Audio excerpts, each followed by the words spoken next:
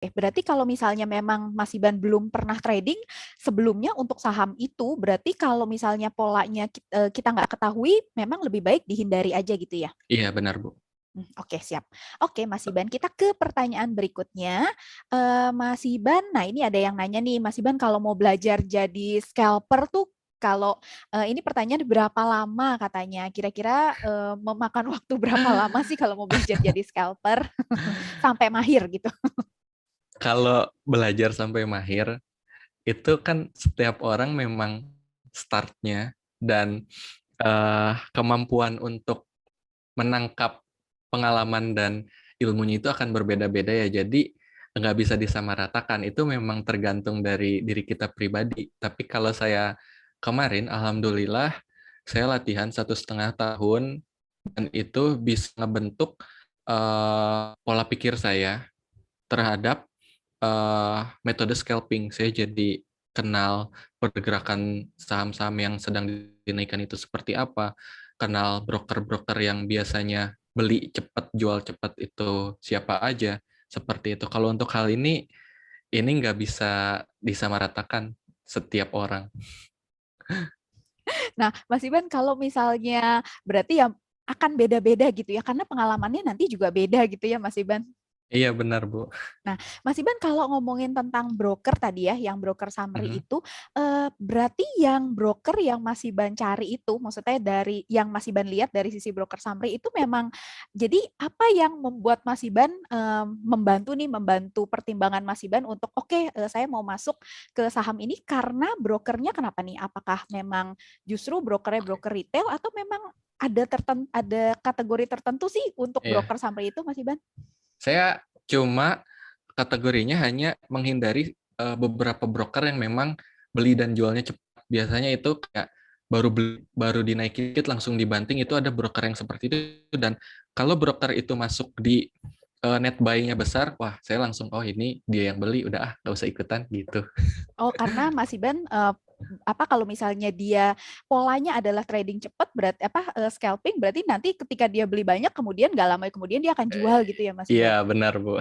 Oke, nah untuk brokernya apa, sahabat Miraset harus cari tahu sendiri ya, nggak boleh itu di sini. Oke, kita lanjut lagi ke pertanyaan berikutnya ya. Jadi Mas Iban kalau misalnya, nah coba sebentar. Nah Mas Iban kalau mau ngelihat order book nih, bid offer gitu ya, cara Mas Iban ngelihat bid offer untuk saham yang mau reversal tuh tanda-tandanya di mana?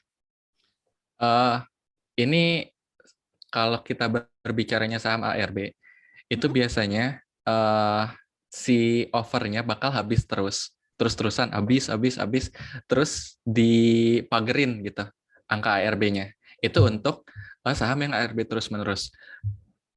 Lalu kalau untuk saham yang lagi pada satu hari itu naik, tapi lagi fase turunnya dan itu sideways, itu tadi sama saja sih sebenarnya. Lihat overnya, apakah di HK terus, dan lihat candlestick-nya. Biasanya kalau candlestick 5 menitan, dan itu baru candle pertama, dan sahamnya itu biasanya saya menghindari saham-saham yang fraksinya kecil dan di bawah harga 100. Kalau memang dia biasanya hijau pertama, tapi itu tuh biasanya cuma naik sebentar, terus tahu-tahu diturunin lagi. Karena ya harganya itu terlalu murah untuk naikkan dan diturunkan. Jadi itu saya sangat menghindari yang lagi sideways, terus di bawah 100, seperti itu sih, Bu.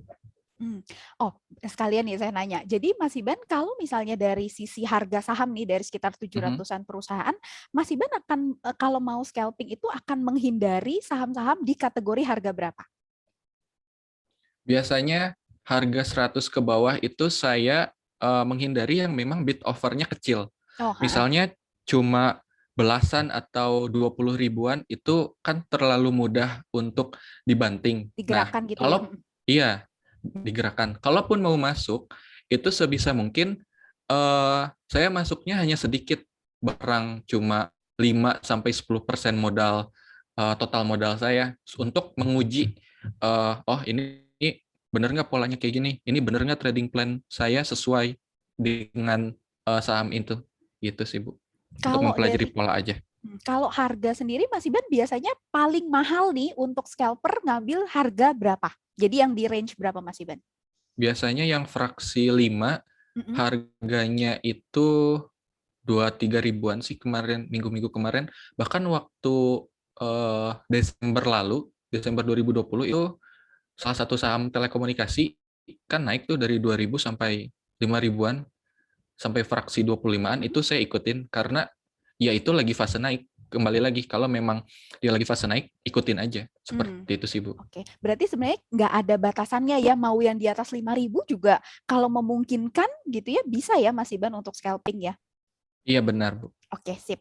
Nah, Mas Iban ini sekalian, ini banyak yang nanya tentang rekaman, jadi saya sampaikan. Rekamannya nanti akan dikirimkan ke sahabat Mirai Aset setelah kompetisinya selesai. Jadi nanti dari pertemuan 1 sampai 5 nanti akan dikirimkan ke sahabat Mirai Aset rekamannya nanti setelah kompetisi Hot Iya, Championship season 5-nya selesai ya.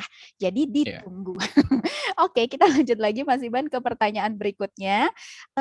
Sebentar. Oke. Nah, Mas Iban kalau misalnya Mas Iban sendiri untuk order itu lebih cenderung pakai fast order atau stock order biasa? Saya pakai stock order biasa, jujur karena udah terbiasa pakai stock order biasa, pas ngelihat menu fast order, walau memang sebenarnya itu lebih simple, tapi saya ngerasanya itu lebih sulit gitu, karena memang udah terbiasa di stock order biasa. Jadi ini masalah kebiasaan sebenarnya Mas Iban. Iya benar, Bu. Kalau memang teman-teman Miraset bisa menggunakan menu fast order, itu bisa lebih baik sih, karena memang itu sangat terlihat by bid offer-nya, terus juga lebih mudah untuk naro orderan seperti itu sih, Bu. Oke, oke, siap. Makasih Mas Iban. Mas Iban kalau misalnya ini ya, Mas Iban ngelihat ngelihat order book itu yang saham yang punya daya beli besar tuh di order book-nya tuh seperti apa sih Mas Iban? Untuk hal ini biasanya tuh daya belinya besar, ya offernya dimakan terus-menerus, Bu. Berarti dari Jadi sisi offer ya. iya benar. Begitu offernya naik, naik, naik, terus bidnya dipagerin, dipagerin, dipagerin, itu kemungkinan besar daya belinya sedang naik. Nah, perlu diperhatikan, meskipun daya belinya itu besar, lihat dulu dia udah naik dari harga berapa. Misalnya ada satu saham dari harga 300, itu dia baru naik ke angka 310, sedangkan yang lain ada dari angka 300 udah naik sampai 330. Nah, kemungkinan besar yang masih punya daya beli tinggi itu yang baru naik dari 300 sampai 310 dibandingkan yang dari 300 sampai 330. Bayangkan selisih harganya aja 30 poin, kalau yang 300 sampai 330 itu orang-orang udah pada banyak yang beli. Berarti udah tinggal ngejual aja. Berbeda sama yang 300 baru 300 sampai 310. Itu saya biasanya meminimalisirnya kayak gitu sih, Bu. Oke, baik-baik. Makasih Mas Iban. Kita ke pertanyaan berikutnya. Jadi sebentar, saya coba cariin dulu. Nah, ini sebentar ya. Jadi, oke, sebentar.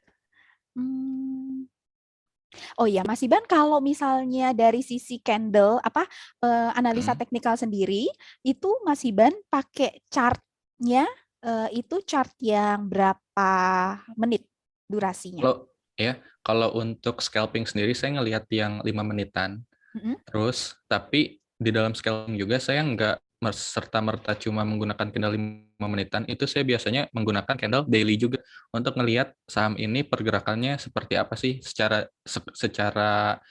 skala besar tuh dia gimana gitu, apakah pernah naik lebih dari sekian persen atau enggak.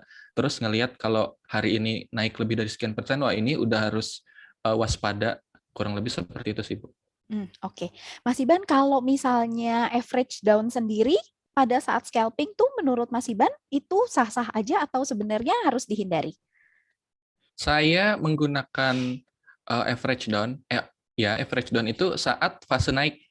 Hmm. Nah, misalnya saya ngelihat satu saham lagi fase naik, baru candle 5 menit pertama itu juga, oh iya perlu diperhatikan juga nih, kalau memang mau menggunakan candle 5 menit, itu harus lihat jam terus. Jadi lihat misalnya sekarang lagi 10.42 dan dia naiknya candlenya udah cukup tinggi, volumenya juga udah cukup lumayan. Nah, 10.42 itu masih jauh kan ke 5 menit, masih ada 3 menit selanjutnya. Nah, di situ biasanya saya ngelakukan buy, dan kalau misalnya dalam 5 menit itu dia naik, terus agak turun sedikit, itu karena dia lagi fase naik, saya average down. Seperti itu. Kecuali kalau saya misalnya lagi beli saham pada fase turun, itu saya nggak akan average down, langsung bakal cut loss seperti itu. Kalau lagi fase naik nggak apa-apa, average down. Kalau dia harganya berada di bawah harga beli kita. Tapi semuanya juga tergantung dari polanya sendiri sih. Seperti itu sih Bu. Kadang kan kalau ada juga yang polanya turun, malah turun lagi gitu. Oke. Baik, berarti ya, tapi ya yang pasti yang ditekankan adalah memang yang diutamakan adalah pada saat fasenya fase naik begitu ya Mas Iban? Iya benar. Iya, Mas Iban, kalau misalnya tentang broker summary ya, ini ada yang tanya Mas Iban, biasanya tuh kita lihatnya per hari atau dalam rentang waktu tertentu? Pada hari itu aja saya tradingkan sih kalau saya biasanya ngelihatnya. Karena memang kalau scalper karena lebih cepat begitu ya Mas Iban, jadi di hari itu aja kita bisa pantau ya. Iya, ruang lingkupnya lebih sempit sih kalau scalping. Jadi Oke, lihat, oh oke, hari ini sip. kayak gitu gitu. Baik, baik. Makasih Mas Iban. Kita ke beberapa pertanyaan terakhir Mas Iban karena waktunya sudah tidak lama lagi dan rata-rata sebenarnya pertanyaannya tentang screening ya yang tadi dan kemarin minggu lalu juga udah dibahas. Iya. Jadi mungkin saya nggak akan tanya lagi kalau untuk screening ya Mas Iban. Mungkin saya mau tanya tentang Mas Iban, kalau misalnya nih, kalau tadi kan Mas Iban tipenya adalah scalper.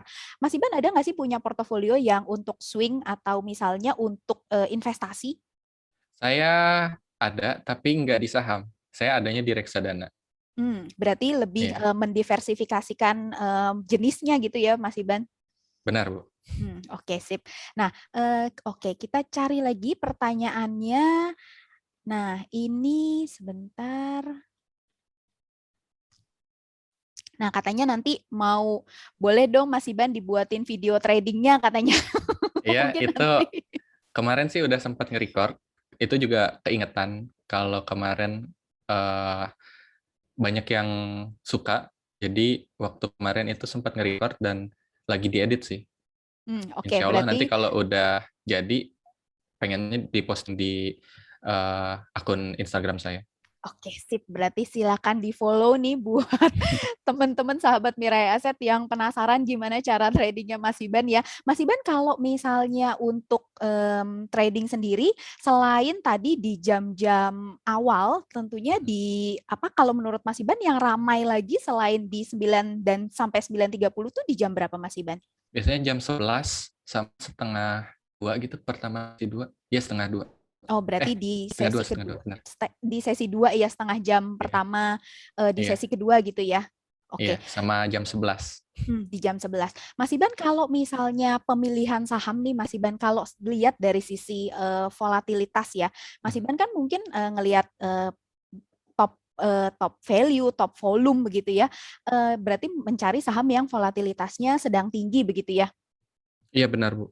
Nah, kalau misalnya nih Mas Iban, misalnya kita masuk ke saham yang volatilitasnya lagi tinggi, kemudian misalnya let's say misalnya lagi naik gitu cukup tinggi, kemudian nggak lama turun dan kita terpaksa harus cut loss. Tapi kemudian dia naik lagi. Nah, kalau seperti itu biasanya dikejar atau dibiarin aja, dilupain aja Mas Iban?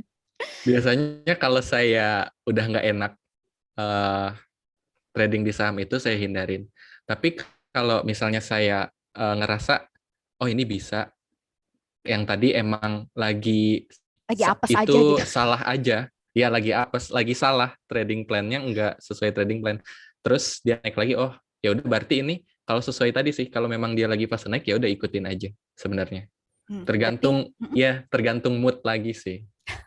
makanya itu pentingnya menjaga moodnya harus tetap Iya, positif gitu ya. benar. Nah, Mas Iban ini mungkin pertanyaan terakhir nih karena Baik. waktunya udah nggak lama lagi. Mas Iban tadi kan ada sempat ngomong, ada sempat Mhm. sampaikan nih di slide-nya. Jadi yang kita kejar itu apa profit yang kecil-kecil dulu nih. Nah, Iya, menurut Mas Iban profit yang kecil tuh berapa besar, berapa persen? asal di atas fee broker. Fee Itu broker. biasanya saya iya, fee transaksi broker. Biasanya kalau udah di atas itu, saya biasanya mantau dulu. Oh, oke ini masih masih ada kenaikan, tapi sambil eh udah nyiapin order book untuk jual di atas fee broker sih. Seperti itu sih, Bu. Kalau untuk jual saham yang lagi naik. Oke, berarti yang penting nutup dulu lah ya BEP dulu ya fee brokernya gitu ya Mas Iya, Iban. benar, Bu. Oke, siap. Nah, Mas Iban minggu depan kita mau bahas apa nih kira-kira Mas Iban? Rahasia. Jadi yang penting sahabat Mirai Asset minggu depan kita atau sahabat Mirai Asset tetap ikuti kembali ya untuk mentorship di minggu yang keempat. Dan untuk Ya. saat ini terima kasih banyak Mas Iban udah menemani kita di kurang lebih 1 jam ini di kegiatan mentorship di minggu yang ketiga ini. Dan semoga minggu depan, saya yakin bukan semoga lagi, saya yakin minggu depan materinya akan lebih sip lagi dan pastinya akan semakin banyak sahabat Miraset yang ikut dan juga memperoleh manfaat yang terbaik. Ya Mas Iban, thank you Mas Iban. Terima kasih kembali, Ibu. Dan sahabat Miraset, terima kasih sudah menyaksikan untuk mentorship di minggu yang ketiga ini. Untuk saat ini saya kembalikan ke Michael. Silakan Michael. Iya, terima kasih Mas Iban, terima kasih Bu Marta. Buat teman-teman sahabat Miraset yang nanti tadi udah nanya ya rekamannya gimana, nanti kita akan share setelah end of competition. Ini menjaga eksklusivitas karena kan ini sebenarnya dihususkan untuk mereka yang mengikuti kompetisi trading ya, Hot Championship Season 5. Begitu. Ini juga sebelum saya mengakhiri, kebetulan kita kedatangan tamu spesialnya, ada Om Ben nih. Nih, mungkin pada penasaran. Halo Om Ben. Kayaknya lagi sibuk. Saya ingatin juga buat sahabat Miraset, jangan lupa hari ini jam 6:30 sore menjelang malam itu ada satu kelas lagi kita mentorship bersama Om Ben. Jadi buat teman-teman yang masih tetap semangat di hari Minggu belajar persiapan buat besok lah ya, minggu ketiga kita akan siap ada mentorship terakhir sama Om Ben di minggu ini. Begitu. Ya mungkin sekian dari saya. Terima kasih buat Mas Iban, terima kasih Bu Marta buat kelas hari ini. Pokoknya stay safe dan makin cuan. Makin cuan. Thank you.